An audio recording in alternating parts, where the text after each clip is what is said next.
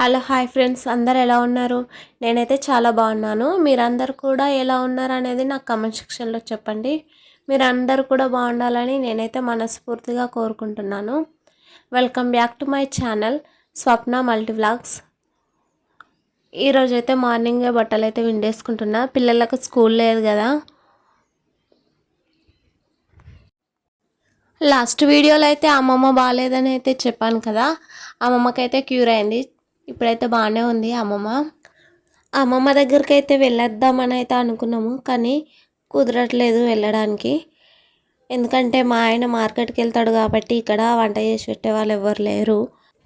వెళ్ళాలి, ఈ వీక్లో అవుతుందో మరి వచ్చే వీక్లో అయితే అవుతుందో వెళ్ళడానికి అమ్మమ్మ వాళ్ళ ఇంటికి. ఎందుకంటే వరి కోసేది ఉంది, వరి కూడా అయిందన్నమాట. వరి కోస్తే ఇంకెక్కడ వెళ్ళడానికి అయితే వీలు కాదు, అవి కాంట పెట్టేదాకా. నాకు ముగ్గురు తమ్ముళ్ళు అన్నమాట.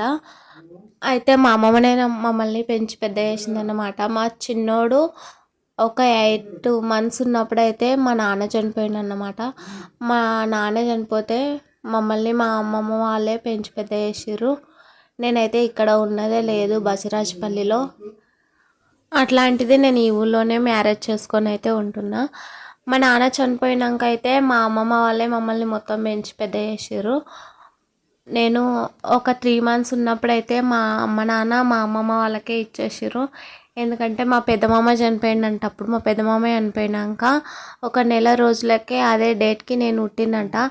ఆ దుఃఖం అలాంటివి అన్నీ వెళ్ళిపోతాయని నన్నైతే అమ్మమ్మ వాళ్ళు అయితే పెంచుకున్నారు. మ్యారేజ్ కాకముందు అయితే నేను ఈ ఊర్లో ఉన్నదే లేదు, వీడికి వచ్చిందే లేదు. ఏదో అప్పుడప్పుడు వచ్చిపోతుంటే అక్కడనే అమ్మమ్మ వాళ్ళ ఇంటి దగ్గరనే చదువుకున్నా. నా చదువు మొత్తం అక్కడనే కంప్లీట్ అయింది. ఒక ఇంటర్ మాత్రమే ఇక్కడ చదువుకున్నా.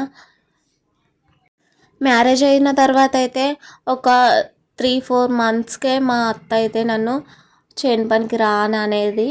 నాకు ఈ చేను పని రాకపో, ఏ పని కూడా రాకపో. నేను చదువుకునే ఏజ్ అప్పుడు. మా అమ్మమ్మ వాళ్ళ ఇంటి దగ్గర అయితే చేను పనులు అలాంటివి అయితే వాళ్ళకి ఏం తెలియవు. కనీసం ఓట్ల పొంటి కూడా నడవడం రాకపోవు నాకు. ఇక్కడికి వచ్చిన తర్వాత అయితే వ్యవసాయం చేసుడు అయితే నేర్చుకున్నా. నాటేయడం వస్తుంది ఇప్పుడు. ఆల్మోస్ట్ నాకు వ్యవసాయానికి సంబంధించిన అన్ని పనులు అయితే వస్తాయి.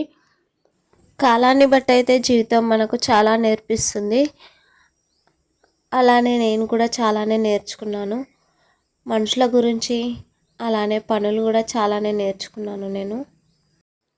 నాకు మ్యారేజ్ అయిన కొత్తలో అయితే కనీసం నాకు వంట చేయడం కూడా రాకపోతుండే. అన్నీ ఇక్కడికి వచ్చినాకనే వంట చేయడం, బట్టలు ఉతకడం ఇలాంటివి అయితే అన్నీ నేను నేర్చుకున్నాను. మా నాన్న చనిపోయిన తర్వాత అయితే నన్నే కాకుండా మా తమ్ముళ్ళను కూడా మా అమ్మమ్మ వాళ్ళే పెంచి పెద్ద చేసిర్రు. మా నాన్న ఎలా చనిపోయిండంటే కాలు మీద చెట్టు అయితే పడి చనిపోయిండు. ఒక 2-3 years అయితే బతికిండు. మా నాన్న అయితే ఆ కాలు ద్వారా చాలా పెయిన్ అయితే అనుభవించి ఒక 1-2 years అయితే మంచిగా అయి తర్వాత మళ్ళీ అదే పెయిన్ తోటి అయితే చనిపోయిండు. మా అమ్మ అయితే మేము ముగ్గురం చిన్న పిల్లలం. మాకంటే చిన్నోడు ఇంకా 8 నెలలోడు. వాడిని చూసుకుంటూ మమ్మల్ని చూసుకుంటూ మా అమ్మ అయితే చాలా బాధ అనుభవించింది. చాలా కష్టపడ్డది మా కోసం. అలాంటిది మా అమ్మని ఊళ్ళో నుంచి వెళ్ళగొట్టాలని అయితే ప్లాన్ వేసుకున్నారు మా పాలలు. ఉన్న ఆస్తంతా వాళ్ళకే కావాలి అని అట్లా అనుకున్నారు, కానీ కుదరలేదు. మా అమ్మని పిచ్చిదాన్ని చేయాలని చూసిరు, కానీ మా మామ మంచిగా హాస్పిటల్ చూపించి మా అమ్మని అయితే మంచిగా చేసిండు. మమ్మల్ని మా అమ్మమ్మ వాళ్ళే పెంచి పెద్ద చేసిర్రు. అందుకోసమే అంత చిన్న ఏజ్లో మా నాన్న చనిపోయిన మమ్మల్ని పట్టుకొని అయితే చాలా బాధ అనుభవించింది. మమ్మల్ని పెంచి పెద్ద చేసింది. ఈ జనరేషన్లో ఒకళ్ళిద్దరిని పిల్లల్ని పెంచడానికి చాలా ఇబ్బంది అయితే పడుతుంటారు. అలాంటిది మా అమ్మ మా నలుగురిని ఎలా పెంచిందో అర్థమవుతుంది ఇప్పుడు. నేను తల్లిని అయితే కానీ మా తమ్ముళ్ళు అయితే 5th వరకు అయితే ఈ ఊళ్ళోనే చదువుకున్నారు. తర్వాత ఒక 1-2 years సేర్పల్లిలో నాతో అయితే చదువుకున్నారు. తర్వాత హాస్టల్లో అయితే వేసిండు మా మామ వాళ్ళని. మా అమ్మమ్మ అయితే నన్ను చాలా గారాబంగా అయితే పెంచింది. 10th అయిపోయిన తర్వాత అయితే నన్ను మళ్ళీ మా అమ్మ మా ఊరికి అయితే తీసుకొచ్చింది, బచ్చిరాజపల్లికి. అయితే ఇక్కడ మా ఊళ్ళో అయితే భూమి కోసం అయితే చాలా గొడవలు అవుతుండే మా అమ్మ వాళ్ళకు, మా పెద్దమ్మ వాళ్ళకి. ఇట్లా మా అత్తనైతే వేరే ఊరికి ఇచ్చినాం. వేరే ఊరికి ఇస్తే పరిస్థితుల ప్రభావం వల్ల అయితే వాళ్ళు కూడా ఈ ఊళ్ళోనే వచ్చి ఉన్నారు. మా అత్త అంటే నాకు మెయిన్ అత్త అన్నమాట. మా ఆయన కానీ మా అత్త కానీ మా అమ్మకు సపోర్ట్ చేసినట్టు మాట్లాడుతుండే. అప్పుడు నేను అనుకున్నా, ఈయన మంచిగా మాట్లాడుతుండు కదా, మాకు ఇంట్లో పెద్ద అన్నలాగలా మా నాన్నలాగలా కొంచెం ముందుండి గైడెన్స్ చేస్తాడేమో అని నేనైతే ఈయన మ్యారేజ్ చేసుకున్నాను. నాకంటే ఒక 10 ఇయర్స్ అట్లా గ్యాప్ ఉంటుంది. అయినా నాకంటే చాలా పెద్ద అయినా. ఇక్కడైతే నేను రాగి జావ అయితే ప్రిపేర్ చేసుకుంటున్నా. పాలు కూడా తెచ్చుకుంటలేము, ఎండాకాలం కాబట్టి వెయిట్ చేస్తుందని పాలు కూడా తెచ్చుకుంటలేము. ఛాయ్ లాంటివి అయితే ఏం పెట్టట్లేను. ఇదే పోషిస్తున్న పిల్లలకు ప్రొద్దున మార్నింగ్ టైం అయితే రాగి జావనే తాగుతున్నారు మార్నింగ్ వాళ్ళు కూడా. తర్వాత అయితే కర్రీ అయితే ప్రిపేర్ చేసుకుంటున్నా. టమాటా ములక్కాయ కర్రీ అయితే చేసుకుంటున్నా. కొంతమంది అయితే ములక్కాయలు ఉడకబెట్టుకొని అంటే సాల్ట్ వేసి ఉడకబెట్టి చేస్తారు. నేను డైరెక్ట్ ఆయిల్లో వేసి అయితే చేసుకుంటా. ఇలా కూడా చాలా బాగుంటుంది టేస్టు. టమాటాలు ఎక్కువ వేస్తాం కాబట్టి వాటర్ వేయకున్నా సరే, వాటర్ వేయకున్నా మంచిగా ఆయిల్లో ఉడికించి అయితే చేసుకుంటా ములక్కాయలను కర్రీ. ఏంటో ఈ ఎండాకాలం అయితే ఏ కూరలు అయితే తినబుద్ధి కావట్లేదు. పప్పులు చేస్తే అలా అని పప్పులు చేస్తే మా ఆయన అయితే డైలీ పప్పులే వేస్తున్నాం అని అంటున్నాడు. ఇంట్లో కూరగాయలు అయితే పెట్టుకొని ఊరికే పప్పులు చేస్తావు ఏంది అని అంటాడు. ఇక ఆయన కోసమన్నా తప్పకుండా కూరలు అయితే చేస్తా. ఇటు కర్రీ అయితే ప్రిపేర్ చేసుకుంటూ ప్రొద్దుట విండిన బట్టలు అయితే ఆరేసుకుంటున్నా. పిల్లలకు రాగి జావ కూడా పోసిచ్చిన, వాళ్ళు కూడా తాగుతున్నారు. మాకు నాన్న లేడు కాబట్టి మా మామనే నాకు మ్యారేజ్ అయితే చేసిండు.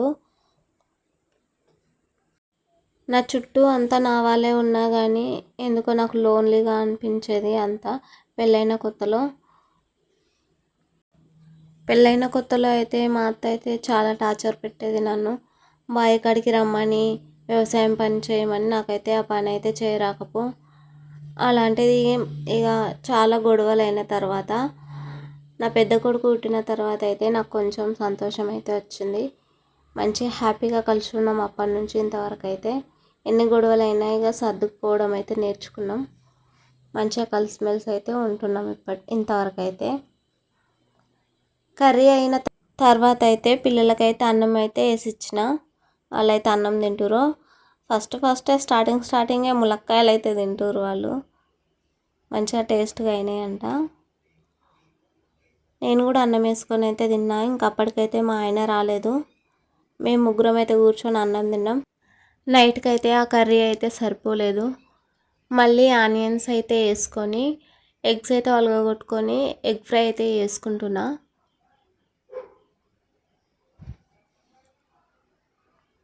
ఇంటి దగ్గర అయితే తినడం, పడుకోవడం, వండుకొని తినడం, వీటికే టైం అయితే సరిపోతుంది.